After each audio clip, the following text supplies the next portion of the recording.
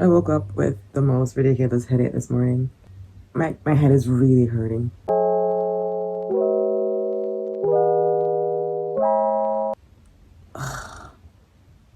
Today, though it's quite early and I told myself I would leave this until perhaps New Year's Eve. My name is Sean. I'm from the South Korea. I know myself and I know that when New Year's Eve comes, I'm not going to be in the mood to do it. And then I'm starting to learn how to do this thing now, where when I have the idea or I have the motivation or the time actually to do something, I'm just going to do it right away no matter what date it is. I'm just going to get it out of the way since I'm here and I have time. It's my day off, whatever. So today I want to intentionally set my goals for the next year. Yes, I'm 100% going to be that person. Yeah. I think in the last couple of years, I have set goals, but I think it wasn't with intention. I was just saying, I want to do this, and I write it down. And then, as well, all the times, I don't really like to watch those manifesting videos because they're saying, oh, just write it down and leave it. They make it sound like you should just write it down and just leave it there. And maybe this is on me as well. It's 100% on me. Maybe I may have misinterpreted that. But if you write it, it will come to you. I think they fail to mention that, hey, it's not necessarily manifestation. It's just the word that you put in to get it.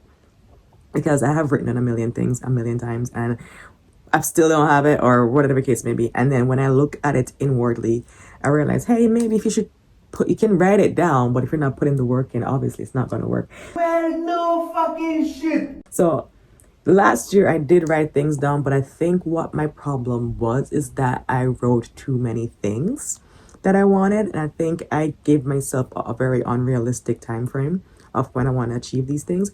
So this year I'm going to do it more intentionally and look at the time that I have and look at perhaps the 3 main things that I want to achieve. So first thing this year, I really want to publish my current work in process.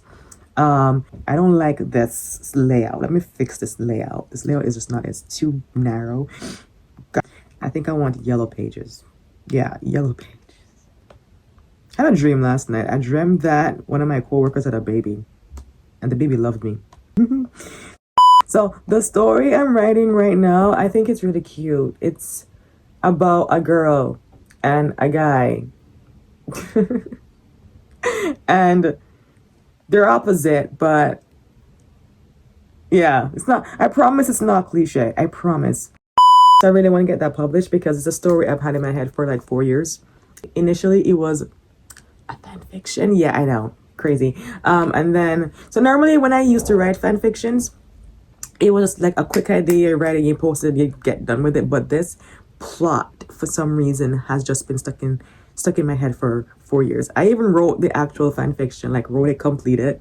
And then I was like, I don't want to be done with it. Yeah, I want it to be something real and something, you know, that I can actually put out there for real. God, my head hurts. All my life I had to fight. Number 2, I need to get fluent in Spanish. So Spanish. I wouldn't say my Spanish is bad, but it's definitely not good. So my coworkers who I talk to, I could understand everything he's saying a good 90% of the time, but to respond, I'm just saying, give me a second, let me think about this. I know in Spanish, my problem is grammar and confidence, because a lot of times I'm just like, oh, I know what it is, but I keep translating the sentence or the word in my head before I actually just say it. And I keep having to remind myself, Yeshy, that's not how language works. Just, yeah. So the third thing also falls into category of language, which is getting better in Korean. So I studied Korean in university. And while I was studying like year 1, year 2, year 3, perfect. Year 4 was the problem because in year 4, what they do, because year 1, year 2, and year 3, it was mostly based on grammar, sentence structure, and conversational aspects of the language. Whereas in the 4th year, they switch it. So 1 year, it'll be the same thing, like grammar, sentence structure as year 1, year 2, and year 3. And another year, it will be academic Korean. So I was unlucky enough to get academic Korean. And when I tell you that was... I am so sorry. It was so bad. So it's a year course. So you have to do it for the year. I did my exam in December. And it was hard. I know it was hard, but oh my God, I got 15%. I got 15%. I'll be so honest about that. And that's when I was like, you know what, screw it. We're dropping this. We're dropping this. So I dropped it halfway, which kind of screwed up my GPA, but it's fine. It doesn't really matter. And then I had to pick up another East Asian course to fulfill the requirements so I could graduate on time, because the goal was to graduate in 2025. And I almost didn't because I was missing 0.5 credit. They wouldn't let me graduate because I was missing 0.5 credit. Following up on that, I'm going to go and say save money better, like better savings. Like, I think I've gotten the hang of handling my finances, but I still can do better because I do have a tendency to be very impulsive with certain purchases. Nothing too expensive or extravagant, but I do realize that those small spending habits do in fact add up. So better savings, or better saving, strategies, because I need to work on that. But so far so good, because I started this year, I started this year. So I'm getting the practice from now. So when next year comes, I'm not struggling in that regard. Next thing is crochet. So I pick up the habit or hobby of crocheting officially this year. I started or gained interest in 2021. It was self-taught, so I wasn't really good at it at all. And then I'm so stubborn in certain things. So I'll be watching a tutorial video and they're like, oh, do this. I'm like, I'm not going to do that. I want it to be done. So, and then I lost interest. Not really lost interest. I just realized that I didn't have the time to really dedicate to it as much as possible. And second, it was getting frustrating just crocheting a blanket that I could never finish. I have crocheted like 5 blankets and I haven't finished any of them. Till one day I was at my old job and I met a lady and she crochets. And then she was saying, I was talking to her and I said, oh my goodness, I wish I had someone who can sit down with me, because to watch the YouTube tutorials, it's so fast. And then you slow down and you zoom and you can't see anything. You're like, oh my gosh. So I was telling her, I really wish I had someone who can just sit down and crochet with me. That'd be so good for me. And then she was like, I'll do it. And I said, oh, sure. And I said, how much are you charging? She said, oh, no, I'll do it for free. Like, I'm retired. I have the time and I don't mind. I crochet all the time. So it's nothing. I said, oh my goodness, are you sure? She said, oh, most definitely. And then the first thing she told me to crochet was an octopus. It's up there. Like, it's that pink thing right here. My first ever completed crochet project. And then completing that really inspired me to continue. And then I made a whole bunch of stuff this year. So I don't know if I want to turn into a business, but I would like to have it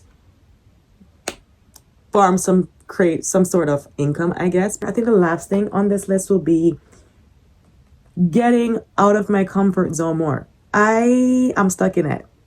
And I don't just mean that I'm afraid to do certain things, but I don't think I have the confidence. And this is why I love my boss so much, because I went to Christmas dinner on Sunday, was it? On Sunday. And then after dinner, and we're waiting inside for the cars to heat up and whatever the case may be, like, his wife said to me, like, Yeshy, the thing that we love about you is like what we see is what we get. Like, you don't sugarcoat anything. And I said, oh, I appreciate that. And mind you, at this point, I'm kind of tipsy. So it's like, I'm not really hearing, but I'm trying to focus. Like, the wife's talking to me, focus, listen. And so that stuck out to me. And he said, yeah, we love that about you. But this year, we need to work on your confidence. Like, you do the work, you can do the work, you do it really well, but we do need to really build up your confidence. Like, you don't have the confidence and we need to work on that. So I said, I actually agree with that. And so that's one thing I want to work on this year is my confidence, because it is quite literally non-existent. And it also made me feel like an imposter in a way, because when I tell people that I'm close with that, hey, I don't really have that much confidence, or that I'm very shy with certain things, they look at me like, you? And I say, I promise you, I am. When you see me out there and I look like I know what I'm doing, like, I do know what I'm doing, but I guarantee you I am scared. Like, I am waiting for something to go wrong. I am waiting for it to be like a disaster. So I'm learning this year how to put things in motion to pretty much get the things that I want out of life. And I think also a friendship I had taught me that. And it's not because the person was this great philosopher or that she was this great human being. No, that's not it. I would not say she was a complete opposite, but after a time, being her friend was very exhausting. This friend I had was the type of person who would Essentially, so I don't know if you know those people who would have a million ideas and they sound so ambitious and you're like, oh my goodness, you should go for it. That'd be amazing if you went and do that. That'd be great. You have the talent to do it and I can see that happening. And then they put nothing in motion. They set nothing in motion. They don't make a step to do it. They just talk about it. And they tell everybody their business about it. And then they do nothing. And then, for example, when somebody who is inspired by that idea go about and accomplish that goal, they come and be like, oh, they stole my idea. They took it from me. That was supposed to be mine. So I said, what did you do to start that business? Because you've been telling me about this business for like 3 years and I haven't seen anything. I'm so sorry. Respectfully, you haven't really done anything to really get that goal. So I don't know. And then you tell everybody your business.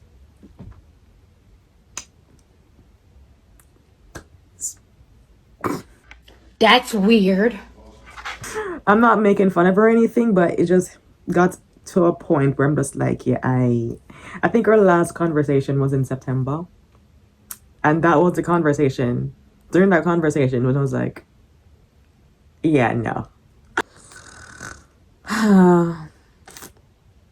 Yeah, no, I'm done with this. Like, I'm so finished with this conversation. I'm done with friendship. At first I felt really bad, but then I realized that I can't keep feeling bad for people because then it's gonna stress me out and I'm too young for stress. So yeah, this year or next year I really want to try a lot of things differently, and hopefully, oh my goodness, hopefully I could have gotten these goals and be in a better position. Not saying the position I'm in is bad right now. I'm thankful that I do have a roof over my head, that I do have a job, and that I do have co-workers who are amazing, astronomically amazing, who I adore to pieces. It's always nice to want more for yourself, and for a time I used to feel guilty about feeling that way, saying, you know what, I want more.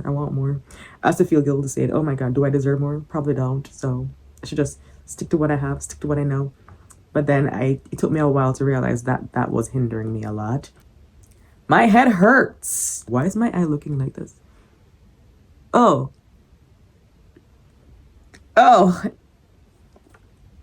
Anyways, I'm done now. Bye. Bye! Bye!